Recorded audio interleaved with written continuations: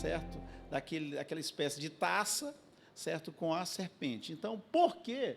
Isso aí é o símbolo da medicina, lá, o bastão de Esculápio, o primeiro, na parte de cima, lá da direita, ó, o primeiro é o símbolo da medicina, o da enfermagem, que é uma lâmpada do gênio, né, com uma serpente, da nutrição, quase não dá para ver, mas tem uma serpente ali no meio, certo? Da veterinária, da fisioterapia, da farmácia e da odontologia. Notem que todos esses símbolos têm uma serpente, têm uma cobra. Por quê? Porque isso vem da mitologia grega, porque a representação de Esculápio é que Esculápio era o deus serpente das curas. Então, mas pode ficar preocupado, não. Jesus te ama, viu? Jesus te protege, né? Estou falando aqui o que está com uma cara assim de espanto. Não, o sangue de Jesus está sobre a tua vida, meu irmão. Fica tranquilo que isso não te pega, não, viu? Aí você pode depois vai dizer assim, pastor, aqui lá na Bahia eu já fui picado de cobra. Fica tranquilo que a gente aqui tem Brasília, aqui tem muito hospital, tem muita vacina. Muito bem. Então, em Pérgamo estava localizada a mais famosa, a mais importante escola de medicina da época. Outra razão pela qual, não é, Pérgamo se fazia conhecida na época. E está aí na imagem inferior, certo? A gente tem aí o bastão, né, de Esculápio, que às vezes a gente pode encontrar eventualmente na mesa de algum médico, certo? E aqui uma representação, pode ir para a imagem seguinte, por gentileza? Uma representação de Esculápio. Uma representação, tá bom? Aí um deus grego, né? Aí ele tem um bastão que é uma tora significativa e dourada, uma cobrinha pequena, uma serpente, certo? Aí dourada, tá bom? Pessoal, isso é mitologia, isso é representação, né? Isso aí não vai chegar de noite na tua cama, no teu quarto, por favor, fica tranquilo, tá bom? Terceira razão pela qual Pérgamo era famosa. Isso tudo, pastor, você está dando muita volta. Vocês vão, espera aí que vocês vão entender por que eu estou fazendo essa introdução. A gente vai chegar lá.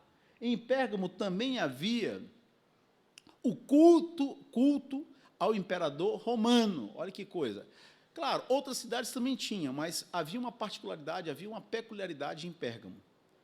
Não só isso. Ali foi erguido o primeiro templo ao imperador vivo, o imperador Augusto, no ano 29 a.C. Então, a novidade em Pérgamo foi que eles ergueram um templo para homenagear o imperador vivo, nesse caso, o imperador Augusto. Segundo a crença da época, o imperador encarnava o espírito da deusa Roma, a matriarca da cidade de Roma. Ali, em Pérgamo, uma vez por ano, as pessoas deviam ir ao templo, queimar incenso e dizer César. César é o nome para o imperador. César é o Senhor, ou seja, reverenciá-lo como Deus. Em outras palavras, o anticristo era mais evidente que Cristo na cidade de Pérgamo. Havia o culto ao imperador. Por isso, dado esse contexto, na mensagem à igreja de Pérgamo, ou que estava em Pérgamo, o Senhor Jesus disse: conheço o lugar em que habitas, onde está o trono de Satanás. E aí o versículo termina dizendo: onde Satanás habita. O que isso significa? Significa dizer que Pérgamo estava afundada, mais escravizada, mais corrompida, mais cativa, era mais cativa do que outros lugares do mundo. Satanás reinava com muita força, com muita propriedade em Pérgamo. Satanás não somente habitava na cidade, mas lá estava seu trono.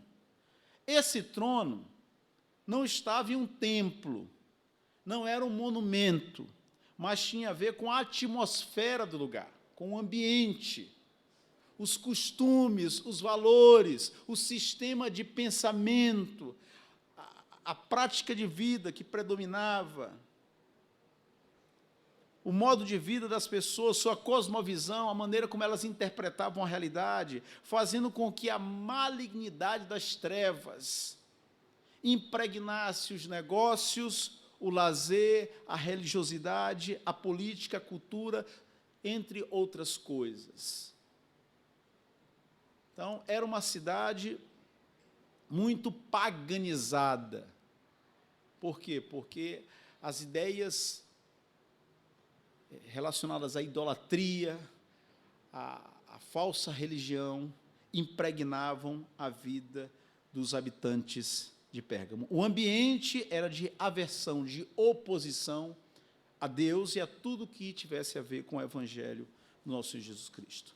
E nós sabemos, irmãos, que onde Satanás reina, prevalecem a cegueira espiritual, o misticismo, a bruxaria, o paganismo, a promiscuidade sexual e a degeneração moral. Quanto mais o reino de Satanás é poderoso, assim, ou seja, quanto mais Satanás governa, mais exerce poder, a maior, me permitam criar um termo aqui, uma expressão, a maior quantidade de poder de Satanás no local, quanto mais a gente tem do poder, da manifestação dele, mais a gente vai ver famílias destruídas, pessoas escravizadas pelos mais diversos vícios, maior será o desafio para a pregação do Evangelho. Esse era o caso da cidade de Pérgamo, onde estava, na linguagem de João, o trono de Satanás. Diante desse cenário, o que podemos aprender? Agora sim, pastor, eu já estou aqui deprimido com tanta notícia ruim, com tanta descrição draconiana sobre Pérgamo. Pastor, por favor, vamos ler a palavra aqui, vamos aqui aquecer o coração, alimentar a alma, porque a coisa está deprimente. Até agora, de Pérgamo só veio desgraça. Muito bem, diante desse cenário, porque o Evangelho é assim, o Evangelho primeiro humilha. Pecador, miserável, depravado, não pode vir nada bom do ser humano. Sem Deus você continuará perdido. Aí depois que a pessoa entende que ela está verdadeiramente perdida, aí o Evangelho mostra a graça de Deus, não de obras para que ninguém se glorie. Então, o que a gente pode aprender dessa mensagem que Jesus destinou à igreja em Pérgamo? Primeira verdade para a qual eu chamo a atenção de vocês é que Cristo conhece as tribulações de seus filhos. O versículo 13 de Apocalipse 2 diz: conheço o lugar em que habitas, onde está o trono de Satanás,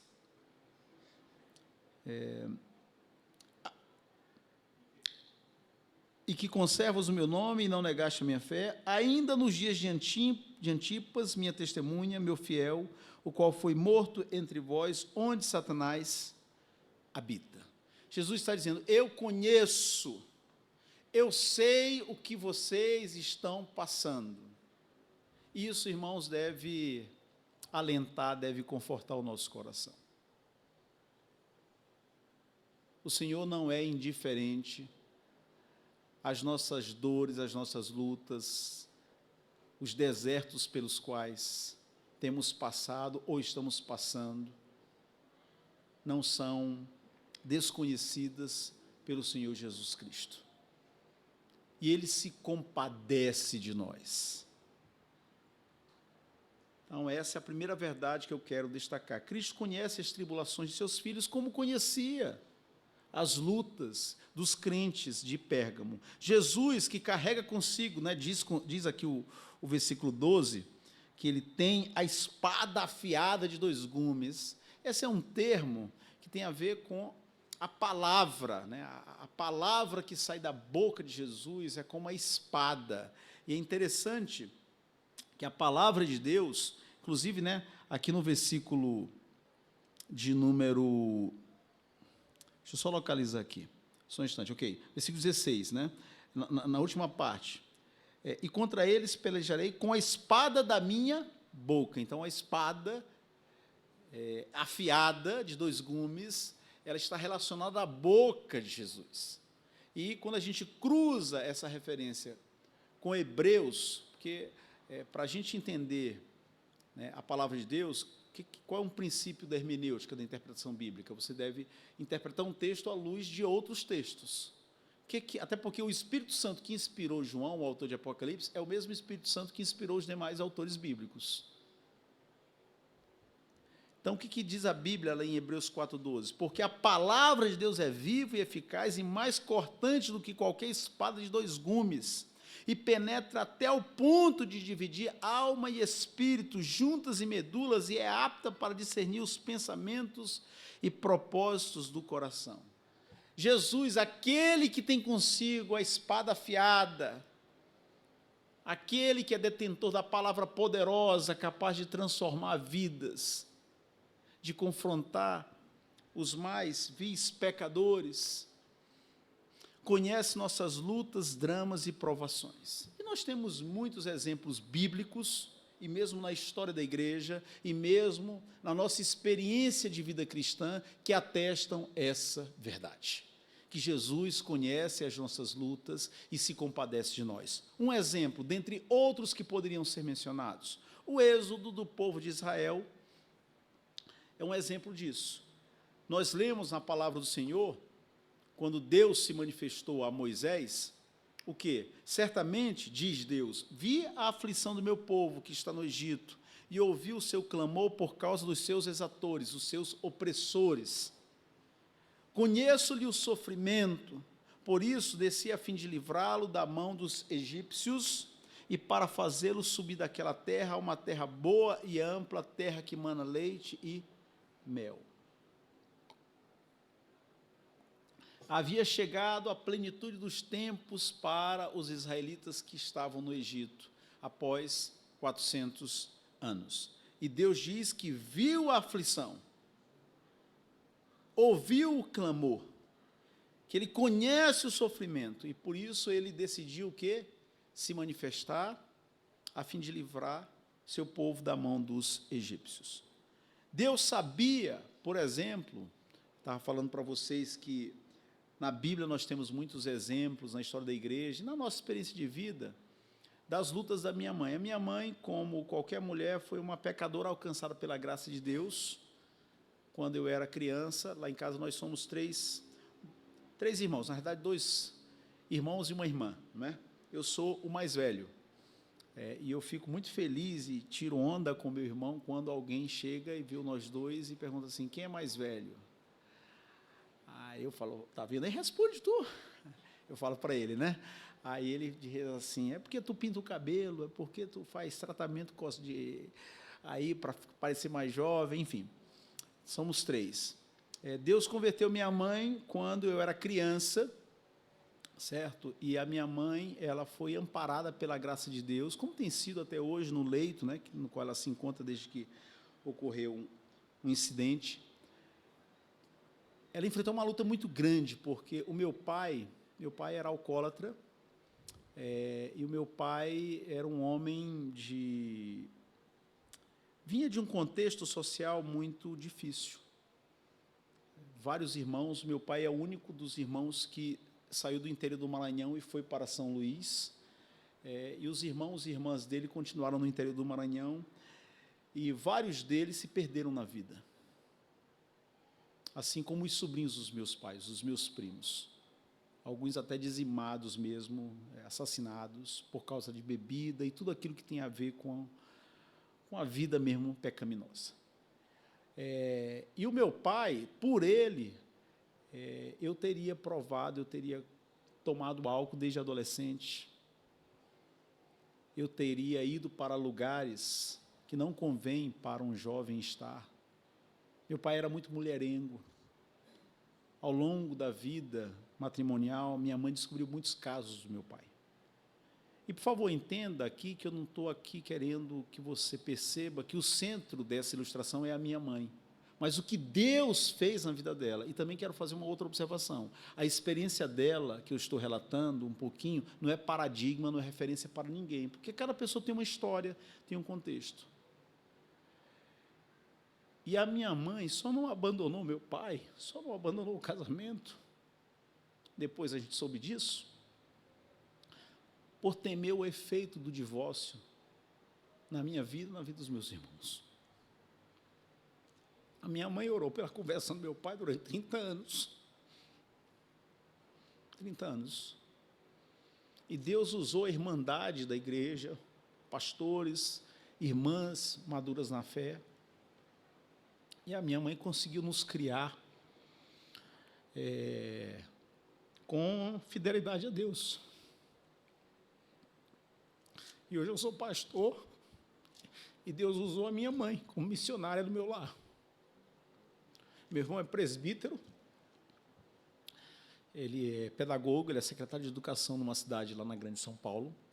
A minha irmã é pedagoga, e nós crescemos no Evangelho, distantes do mundo, da promiscuidade, do pecado, diferente dos meus primos por parte da minha mãe, cujos pais não foram convertidos pela graça de Deus. Por que eu estou contando isso? Deus conhecia as lutas, as aflições, as dificuldades da minha mãe. Deu força para ela atravessar aquele deserto, ao longo de 30 anos, até que ele converteu meu pai em 2014. E hoje a minha mãe está prostrada, porque há mais ou menos 2 anos um aneurisma estourou no cérebro dela, e quem cuida dela é meu pai e a minha irmã. Então, nós cremos em um Deus que Ele conhece as lutas, não apenas da Dona Maria do Rosário, as suas lutas, os seus dramas, as batalhas que você enfrenta no seu lar e aquelas que ainda se apresentarão. Isso é consolador, irmãos, para nós, porque nós não cremos em um Deus que é indiferente, em um Deus que não se envolve com as pessoas, em um Deus que simplesmente criou o universo como tivesse dado corda no relógio e deixou o universo ao léu. Não, Deus tem as rédeas da história em suas mãos. Mesmo que muitas vezes nós não tenhamos resposta para muitas lutas, provações e batalhas que enfrentamos, como foi o caso de Jó, que passou por tudo aquilo que a gente sabe e nunca soube a razão pela qual ele passou. Nós sabemos, porque a história foi contada a nós sabemos o início, o meio e o fim. Jó morreu sem saber por que os seus filhos e filhas foram mortos, por que ele ficou com o corpo repleto de feridas, de chagas, por que a sua esposa disse para ele, né, o contexto que fez com que que levou a esposa a dizer, amaldiçoa o teu Deus e morre, ele não soube. O que também significa, irmãos, que muitas vezes na vida, Deus não nos revelará as razões, as causas pelas quais Ele permite que passemos por certos desertos, mas nós temos uma certeza, Ele está conosco, Ele não nos abandona, e não há luta que Deus não possa vencer, que Deus não possa superar, que Deus não possa capacitar os seus filhos a cruzar esse deserto. Então, Deus sabia das lutas da minha mãe, assim como sabe das lutas de todos os seus filhos e filhas. Cientes de que o Senhor conhece nossas aflições, pastor, mas qual a implicação disso? Porque isso aí, pastor, você está dizendo, eu já sabia antes de chegar na escola dominical hoje. O mesmo, o que isso aí, o que a gente deve fazer diante dessa verdade, dessa certeza que Deus conhece as nossas lutas e não é indiferente às nossas aflições? A gente deve fazer o mesmo que os escravos judeus fizeram no Egito. Porque lá a gente leu, né, o que Deus disse a Moisés, mas na sequência do texto, em Êxodo capítulo 3, versículo 9, diz, pois o clamor dos filhos de Israel chegou até mim, e também vejo a opressão com que os egípcios os estão oprimindo. Então, na luta, no deserto, debaixo do rei, da surra, no sofrimento, na aflição, clame a Deus. Enfrente as batalhas de joelho, porque o Senhor é a nossa força. É Deus que pode fortalecer a nossa fé e nos dar ânimo para manter os olhos no autor e consumador da fé, até que o vendaval, até que a tempestade se finde. Segunda verdade, Cristo reconhece a fidelidade dos crentes. Se por um lado Deus conhece as nossas lutas, aflições e provações, por outro lado, ele reconhece a fidelidade dos crentes. Notem o que diz ainda no versículo 13. Conheço, ou seja, ele sabe, que conservas o meu nome, ele faz um elogio à igreja de Pérgamo, e não negaste a minha fé, ainda nos dias de Antipas, minha testemunha, meu fiel, o qual foi morto entre vós, onde Satanás habita. O Senhor vê, valoriza e recompensa o esforço dos seus filhos. E aqui eu quero fazer uma reflexão com meus irmãos e irmãs, sobre o valor que nós atribuímos às obras na carreira cristã. As obras têm muita importância na vida cristã. Por que eu estou fazendo esse destaque, enfatizando esse aspecto? Porque nós, como presbiterianos, nós cremos nas doutrinas da graça, nas doutrinas bíblicas. E nós sabemos, à luz da Bíblia, que não são as nossas obras que fazem com que nós sejamos salvos. Porque as nossas melhores obras são, diante de um Deus santo perfeito, trapos de imundície. Ou seja, o pano que as mulheres da época do Antigo Testamento usavam quando elas estavam nos dias férteis. Entenderam, não é? Ah, pastor, mas eu conheço alguém que é bom, pessoa que só faz o bem, ele é bom segundo a tua medida, segundo o teu critério, que é um critério humano, mas diante de Deus só existe alguém verdadeiramente bom. Esse alguém se chama Jesus Cristo. Porque se houvesse uma pessoa boa, que não fosse pecadora, ela teria morrido no nosso lugar, ela não morreu. Deus teve que mandar o seu filho para morrer em nosso lugar. Portanto, nós sabemos que as nossas obras, o que nós fazemos ou deixamos de fazer, isso não constitui, isso não é a causa da salvação. A causa da salvação é a bendita graça de Deus. Diz lá Romanos 9, que os gêmeos não eram nascidos, nem tinham feito nem mal nem bem, ou seja, Esaú e Jacó, e Deus já tinha decidido amar a Jacó e não amar a Esaú. Ah, pastor, mas é injusto. Que injusto o quê, rapaz? Você está no lugar de Deus, você é Deus. Quem decidiu foi Deus. Um dia, se ele te der a oportunidade, você pergunta para ele por que ele decidiu em favor de Jacó e não decidiu em favor de Esaú.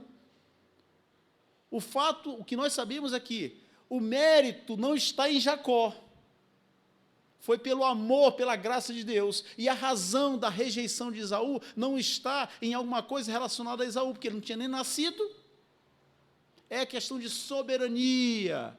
Creia pela fé na soberania de Deus. Não tente entender todas as coisas relacionadas a Deus, porque a sua mente, como a minha, é finita, e o finito jamais vai conter o infinito. Muito bem, voltando aqui. Então, estamos como a gente diz lá no Chile, né? Concordam? As obras não são a causa da salvação, mas devem ser o fruto, a evidência, a consequência da salvação. Disse Paulo em Efésios capítulo 2, que nós somos feitos para a prática das boas obras. E depois que Deus te converte, depois que Deus te resgata das trevas, te tira da lama, do pecado, da sarjeta, da promiscuidade, seja lá do contexto maligno que for, você tem que dar fruto, meu irmão, para a glória de Deus e para o benefício das pessoas. E esse fruto, essas obras, Deus valoriza muito. Deus valoriza muito. A ponto de nos galardoar, a ponto de dar recompensa nessa vida e na vida futura para aqueles que muito fazem pelo Senhor. Então, não caia no erro de achar, eu estou salvo, então agora, deixa a vida me levar, a vida leva eu. Não faz diferença agora se eu dou dízimo ou não dou dízimo, se eu chego no horário ou não, se eu frequento a escola dominical ou não, se eu dou testemunho ou não no meu trabalho. Claro que faz diferença, porque Deus quer usar as tuas obras como método, como meio de evangelização para as pessoas. E você vai ter também benefícios espirituais decorrentes da santificação. Muito bem. Olhem o que diz lá em Hebreus. Porque Deus não é injusto para ficar esquecido do vosso trabalho e do amor que evidenciastes para com o seu nome, pois servistes e ainda servis aos santos.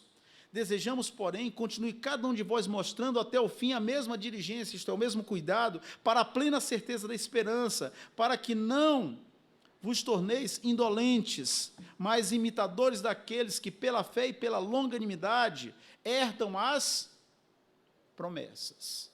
Então, meu irmão, você é chamado, como eu, a dar fruto por 30, por 60 e a 100 por 1, a ser vaso, canal de bênção para o maior número possível de pessoas, a transmitir graça, que a tua boca seja um manancial de medicina, que as tuas palavras sejam palavras que curam, que sanam e não que ferem, que a tua colaboração no reino seja positiva, que você seja uma bênção e não um fardo, meu irmão, minha irmã.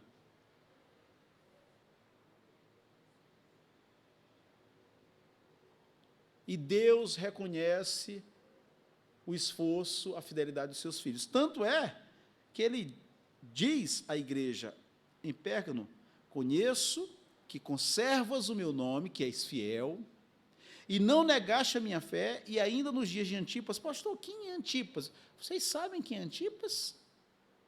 Certo? Aí um nome aí, né? Quem sabe para o próximo filho, viu, Paulo e Rodrigo? Antipas. Né, ou para o netinho que está a caminho, quem sabe? Quem foi Antipas? Antipas foi o pastor de Pérgamo. Ele foi um exemplo de fidelidade para os crentes locais, para os irmãos e irmãs da igreja em Pérgamo. Ele foi preso, e segundo Tertuliano, Tertuliano é um pai da igreja, um teólogo da igreja antiga, como a gente, pai da igreja é uma forma de dizer, né, no estudo acadêmico. Ele foi colocado dentro de um boi de bronze, e esse boi de bronze foi levado ao fogo, até que o boi de bronze começou a ficar vermelho. Antipas morreu sufocado e queimado. Aqui tem uma representação do martírio de Antipas. Quer dizer, uma forma de espantar, de atemorizar, de gerar medo nos demais cristãos. Olhe aí o que está acontecendo com o pastor de Pérgamo.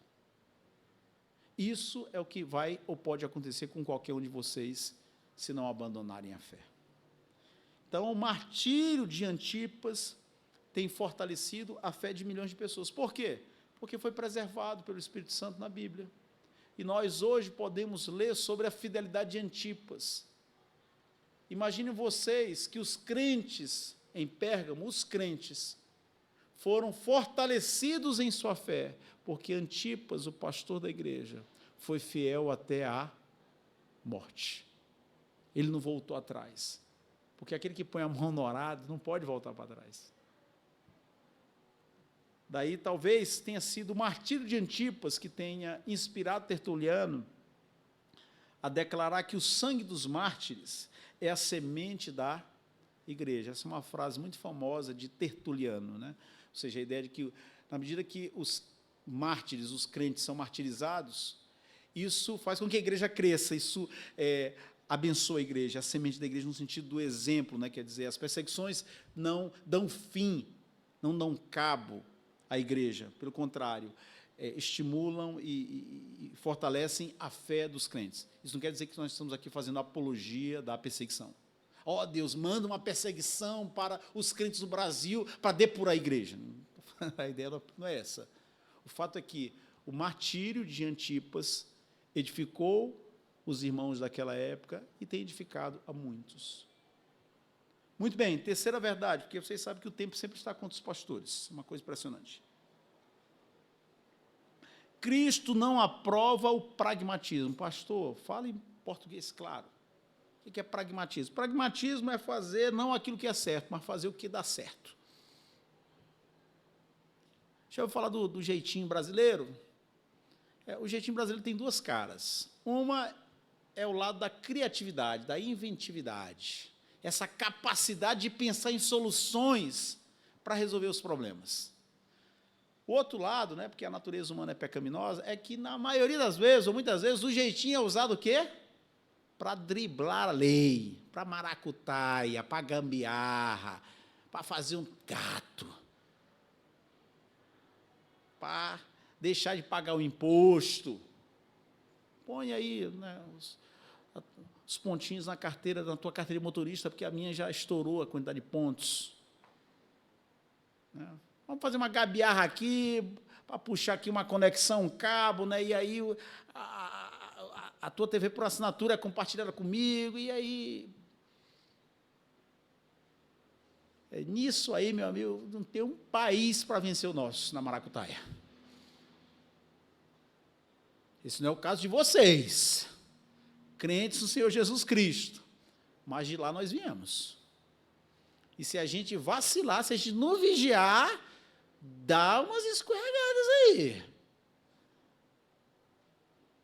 O que estava acontecendo na igreja de Pérgamo? Versículo 14 aqui.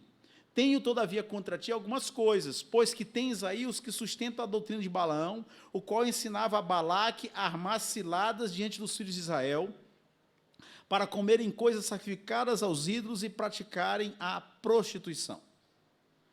Satanás, irmãos, ele é muito astuto e um exímio estrategista. Qual foi, segundo o texto, a primeira estratégia, o primeiro método que Satanás usou contra a igreja em Pérgamo? Perseguição aos cristãos. O pastor da igreja de Pérgamo, Antipas, foi martirizado. Só que isso não fez com que os cristãos, os verdadeiros, abandonassem a fé. Aí Satanás o quê? Mudou a estratégia. O que ele fez? Ele plantou o erro, plantou a mentira, o joio no meio do trigo, colocou doutrinas, falsas ideias, falsos ensinamentos no meio da igreja de Pérgamo, e alguns a abraçaram. Vamos à explicação. Depois de usar o método da perseguição, ele atacou a igreja pela sedução. Antes de entrar a fundo no texto, vamos aqui a introdução. O texto menciona Balaão e Balaque. Quem foram esses personagens? Essa dupla, que não era boa, que não era a dupla que a gente assim recomenda para casar com a nossa filha.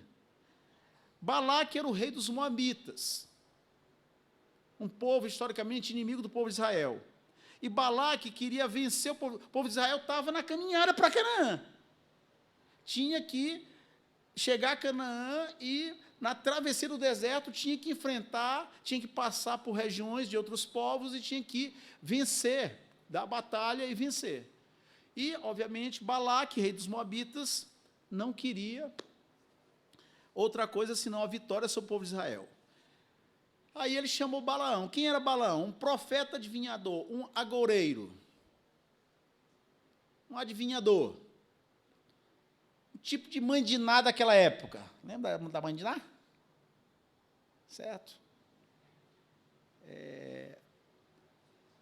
Balaque o contratou para amaldiçoar o povo de Israel. Só que o povo de Israel é a igreja de Deus. E na medida que Balaão abria a boca para amaldiçoar o povo de Israel, ele só proferia bênçãos. Porque o poder de Deus impediu que ele amaldiçoasse o povo de Israel. Então, quer dizer, Balaque não conseguiu fazer com que Balaão amaldiçoasse, numa linguagem bem brasileira, jogasse praga. Agorasse? Conhece a expressão? Para de agorar. O Hélio está rindo ali, né? Ele conhece a expressão. Lá no Maranhão, pelo menos na minha época, lá em São Luís, né? Na crença popular, não deixa, eu não vou dizer o nome da pessoa, não deixa fulano e tal pegar alguma fruta da tua árvore. Lá em casa tinha uma pimenteira. Pimenteira que dá pimenta. Não deixa fulano e tal tirar uma pimenta, porque vai morrer o pé de pimenta, a mão dele não é boa. Era o dito popular, era a crença popular.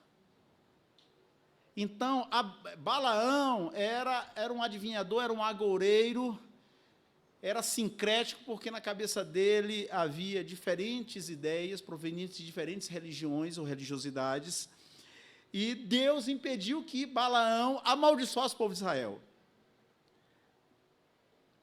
O que aconteceu? E aí, Balaque aumentou a oferta. Ofereceu riquezas, bens, e qual o pecado de Balaão? A ganância. A Bíblia diz que o amor ao dinheiro é a raiz de todos os males. Balaão tinha uma queda pelo cascalho, pelo dinheiro. Como Balaão não conseguia atender o desejo de Balaque de amaldiçoar o povo de Israel, Balaão sugeriu que Balaque enfrentasse os israelitas da seguinte maneira: não com o exército, mas com as donzelas moabitas. O que aconteceu? Vamos ao texto bíblico, Números, capítulo 25. Está aí o texto projetado. Quem quiser abrir, pode abrir para conferir. Quem quiser ficar sentadinho, só curtindo, pode. Habitando Israel em Sitim, começou o povo a prostituir-se com as filhas dos moabitas. Estas convidaram o povo aos sacrifícios dos seus deuses. Lembra de Salomão? Que por causa das mulheres com as quais ele contraiu relacionamento, no final das contas ele estava o quê? Assinando cachimbo e cultuando falsos deuses. Algo parecido, algo semelhante aconteceu aqui. E o povo comeu e inclinou-se aos deuses delas, juntando-se Israel a Baal-Peor, lugar de adoração idólatra. A ira do Senhor se acendeu contra Israel. Então Balaão disse o seguinte: Balaque, não acontece de amaldiçoar, porque não acontece, eu não consigo. Eu tento jogar praga, mas só sai bênção da minha boca. É o seguinte, rapaz, manda as mulheres mais bonitas de Moabe. Em outras palavras, Balaque apelou não ao São João da Barra ou à barra de ouro, mas recorreu à barra da saia das Moabitas. Já ouviram falar das 3 barras? A primeira barra é o São João da Barra. É o mel. É aquela água que passarinho não bebe. Segunda barra é a barra do ouro. E a terceira é a barra da saia. Então, Balaque enviou as moabitas, as jovens moabitas, e assim conseguiu subjugar os israelitas. Ele foi um pragmático, ou seja, ele apelou a qualquer tipo de recurso, por quê? Porque ele queria vencer os israelitas, impedir o avanço deles. Ele não estava preocupado com o método, se aquilo ali era correto, se aquilo ali era legítimo. Ele não estava preocupado com uma batalha justa, de cavalheiros, de homem, na força, no braço. Coloca o teu exército diante do meu e vamos para a batalha, meu amigo. Não, ele o quê? Ele enviou mulheres para seduzir os israelitas. A doutrina de Balaão, o que significa, então, pastor Marconi, a doutrina de Balaão? Misturar elementos heterodoxos, errôneos, heresias, com a ortodoxia. Eu vou ser mais claro. Se a igreja não sucumbe à heresia, se chegar alguém aqui, né, numa igreja, vamos pensar, assim, Jesus Cristo não é Deus. Obviamente isso vai escandalizar o povo, e o povo, certo, vai dar uns petelecos no cabra e não vai mais permitir que ele fale na igreja. Mas Satanás é astuto. Ele coloca, normalmente, nas igrejas, no meio do povo de Deus, alguém que vem com uma linguagem teológica conservadora, que sabe manusear a Bíblia, que o quê? Consegue aplicar uma lábia, mas que, na realidade, é lobo travestido de ovelha. Se a igreja não sucumbir à heresia, ela pode sucumbir, por exemplo, ao ecumenismo, ao sincretismo.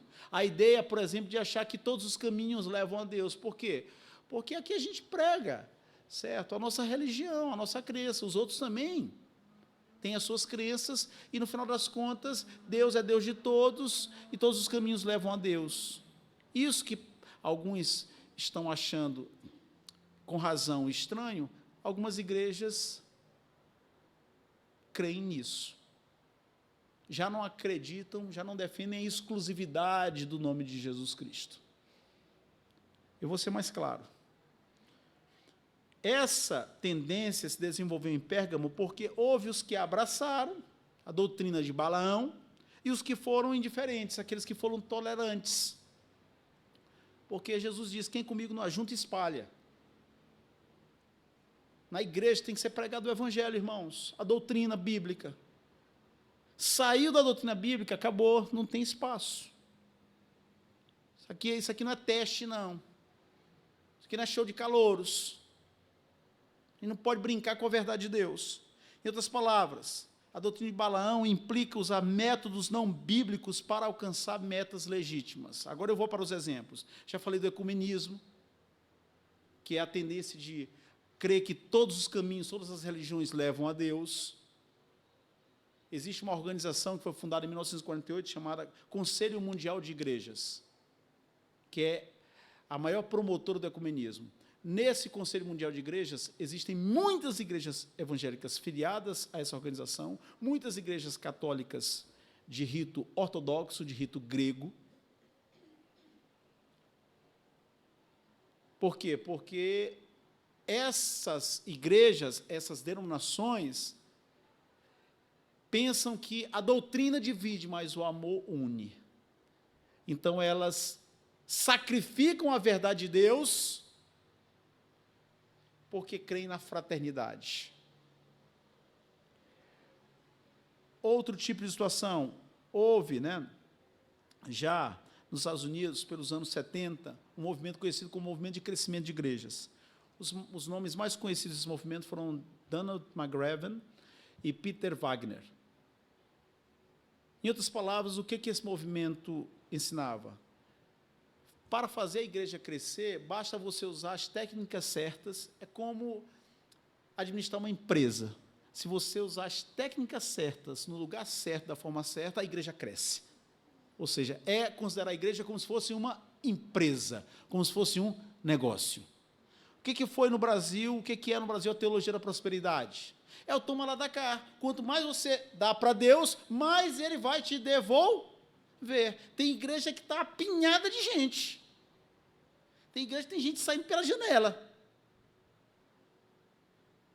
Isso que significa dizer que é crescimento? Isso é inchaço. Isso é inchaço. E o público dessas igrejas é um público que é rotativo. É por isso que toda semana tem que ter uma campanha nova. Que é para manter o povo que é motivado. O que foi o movimento da batalha espiritual no Brasil? Delimitar os territórios espirituais, na década de 90, dente de ouro. Foi uma tentativa de fazer a igreja crescer, tentando amarrar as hostes malignas, os demônios. O que produziu no Brasil? Divisão, coisas esdrúxulas, absurdos no meio do povo de Deus. O que foi o G12, Brasil afora, há mais ou menos 20, 25 anos atrás? A ideia de, não apenas a questão da igreja em células, mas a ideia da confissão positiva. Você determina o que você quer, o que você vai ser. Você profetiza, você determina. E muitas outras coisas. Quebra de maldições hereditárias. Pela declaração, pela fé. Ou seja, fé na fé. O que trouxe ao Brasil evangélico G12? Divisão, escândalo, vergonha para a igreja de Deus. O que hoje é a tendência da igreja da parede preta? Já ouviram a expressão igreja da parede preta? Muitas igrejas, muitos templos têm se transformado numa casa de espetáculo. As paredes são pretas o quê? Para ficar o palco. Que aí mostra o quê? As apresentações, os teatros, as peças, as dramatizações, os shows. Por quê? Porque tem que manter a galera motivada, animada. Qual é o grande desafio agora, nesse momento, 2024, que a igreja do Senhor enfrenta no mundo inteiro? É a agenda inclusivista. Qualquer novela, qualquer documentário, qualquer série da Netflix, qualquer rede social, qualquer provedor de internet que você acesse, hoje tem a promoção do casamento da união homoafetiva. Aí aparece os termos trissal, aí aparece que não sei quem agora era namorado de tal, agora está namorando uma mulher, e por aí vai, papapá. E a sociedade cada vez mais defende a pluralidade, a aceitação da diversidade, das pessoas trans e tal, e a igreja não pode perder o trem da história, a igreja não pode ficar ultrapassada, obsoleta, ela tem que aceitar, porque isso, se ela não aceitar, ela está sendo preconceituosa.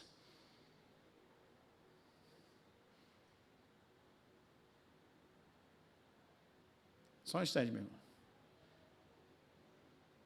A igreja do Senhor vai se render a isso? Como alguém já disse, que foi o pastor Geraldo, a igreja deve estar aberta para aceitar a todos, mas não para aceitar tudo. Diga, meu irmão.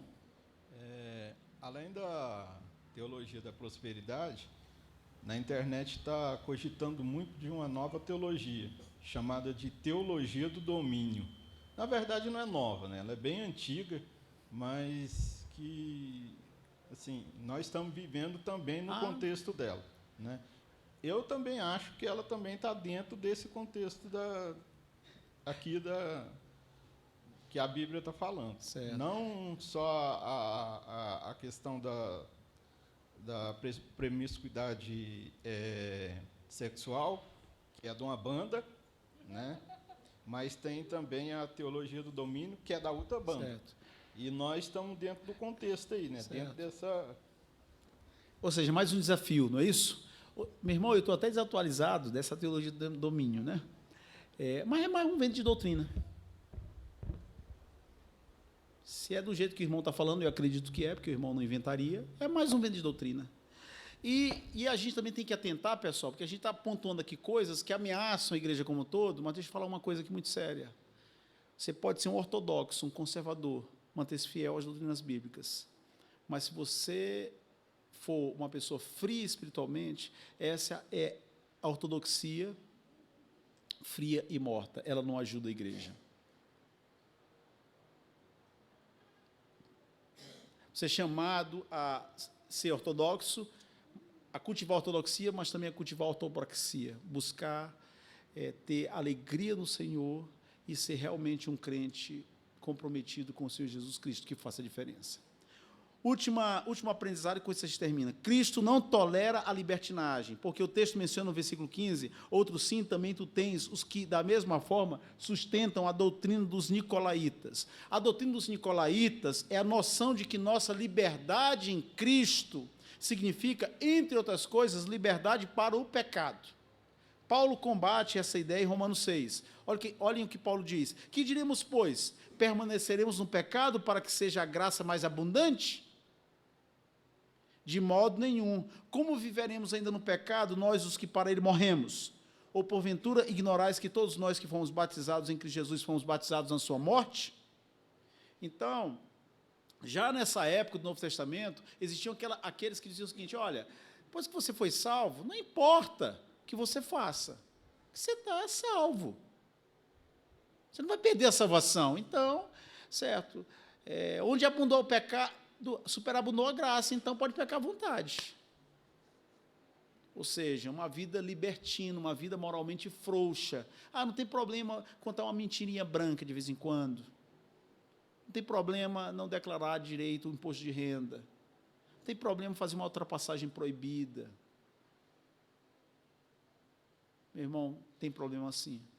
Você não glorifica Jesus Cristo, você não dá um bom testemunho, você não inspira seus filhos, seu cônjuge.